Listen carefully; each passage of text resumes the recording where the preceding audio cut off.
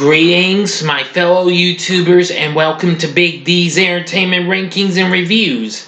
My name is Doyle, better known to y'all as the Big D, and this time around I bring to you the first installment of my next franchise series review, this time Rocky. Yep, I've decided I'm going to review this series at long last. I'm going to start with the one that started it all, Rocky from 1976, released by United Artists, directed by John G. Avildsen, and starring old Sly himself, Sylvester Stallone, in the title role. That would really put him on the map. Along with Burgess Meredith, Talia Shire, Burt Young, let's see, Mickey Goldmill, and Carl Weathers. Now, the story follows the rags to riches American dream story of Rocky Balboa, an uneducated, kind-hearted, working-class Italian-American boxer working as a debt collector for a loan shark in the slums of Philadelphia. Well, Rocky's a small-time club fighter and gets a shot at the World Heavyweight Championship against the champion himself, Apollo Creed.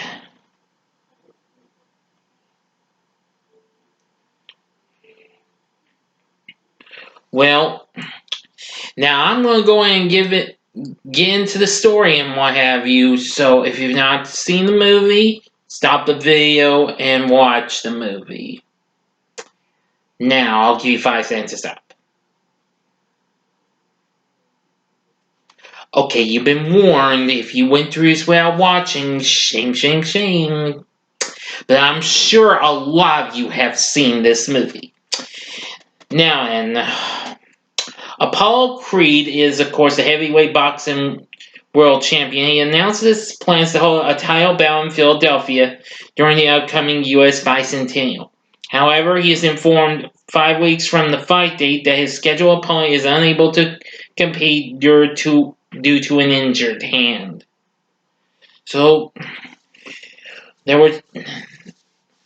but all other replacements were booked up or unavailable. So he decides to spice things up by giving a local contender a chance to challenge him.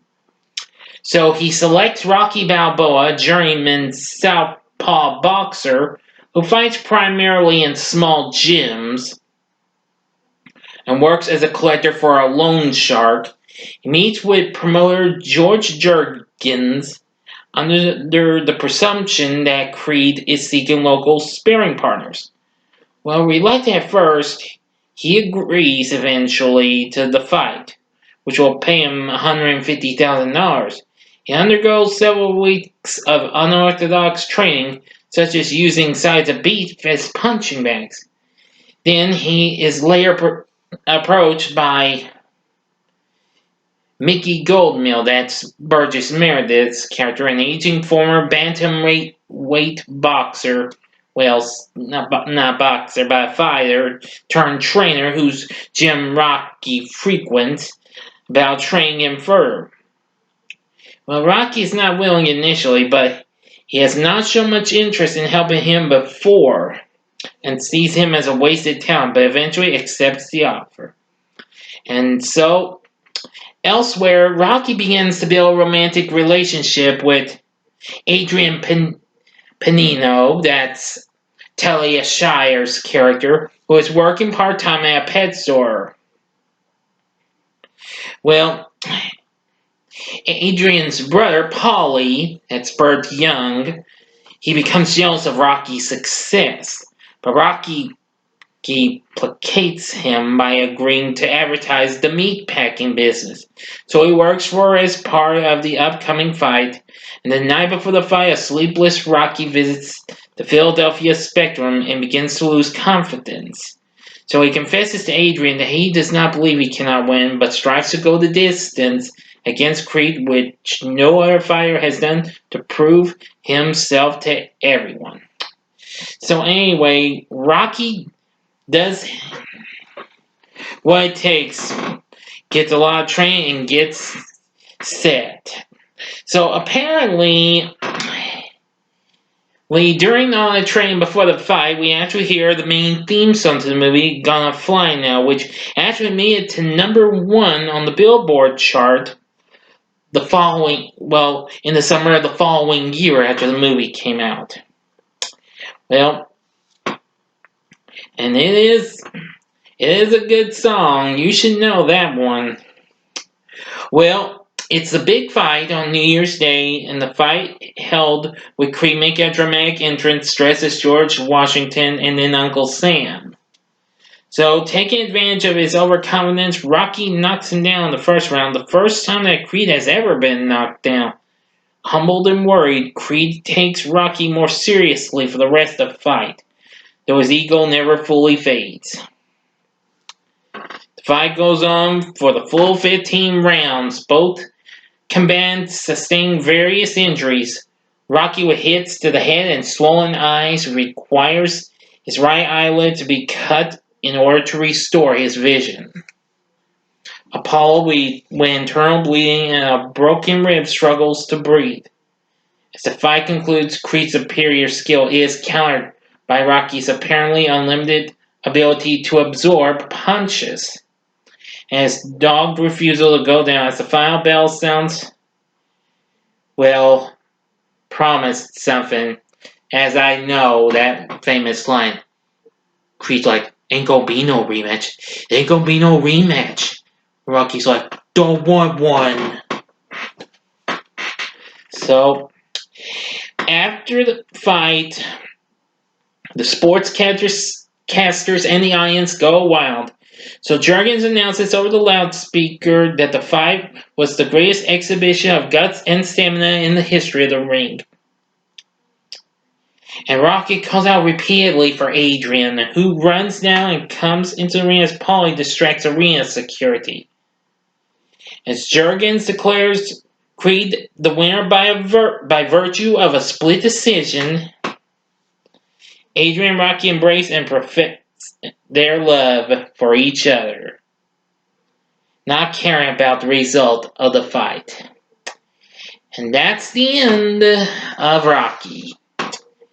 Anyway, Rocky went on to become a huge success, and eventually would go on to win the Academy Award for Best Picture. It would go on to spin out 7 sequels, which of course would be the other movies, Rocky 2 in 79, then with Rocky 3, Rocky 4, Rocky 5, and Rocky Balboa, and then again with the 2 Creed movies. Anyway,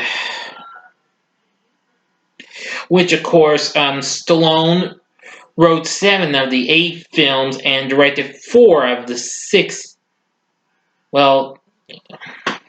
titular installments of Rocky, and what have you. Now, last summer, it seems Stallone said in an interview that there have been ongoing discussions about a prequel to the original film, based on the life of a young Rocky Balboa. But, that's just, but we'll see. We'll see what happens. And do you think we'll ever get another Creed movie? Well, I think I'm a ways from that. Well, we'll see about that. But for now, I'm going to say, would I recommend Rocky? Hell yeah. This is a good movie. It's not my favorite of the franchise, though, but still, it is good. The story is good. The music, of course, is good. Of course, the main theme, of course. And, of course, Oh Sly, absolutely great. Talia Shire, Burt Young, Carl Weathers. The whole cast was absolutely good, and I think Rocky is definitely a good movie to recommend. But if you made it through this review without watching the movie, you were warned. Don't say I didn't warn you, but again, I'm sure a lot of y'all have seen Rocky. I'm sure of it. But anyway, that'll do it for my review of Rocky. What are your thoughts on this? Do you like Rocky? Please tell me what you thought about in the comments section. Like and subscribe to my channel as well and be a part of the Big D Nation. And join me again next time when I review Rocky 2, which is a very good sequel. So thank you again for watching. If you liked what you saw, you can check out some of these other recent vids I've done. Now, just because, now, in the upper, excuse me everyone, sorry. In the upper left-hand corner is, well, not much of a macho flick, but a chick flick that involves men fighting and what have you. In the upper left-hand corner is my recent review of Bridget Jones' Diary that I did yesterday. In the upper, but if you want some hard-kicking music and what have you, may not be as good as Rocky, but I'm going to go ahead and promote this in there. Click the vid in the upper right-hand corner, and that is my recent ranking of favorite Ozzy Osbourne tunes. And those are the only two videos I'm going to let you pick if you haven't seen them. Now, in the bottom right-hand corner, there's the button you can click to subscribe and for more fun with more of the Big D. Thank you again for watching my review of Rocky. Until next time, I'm the Big D saying see ya.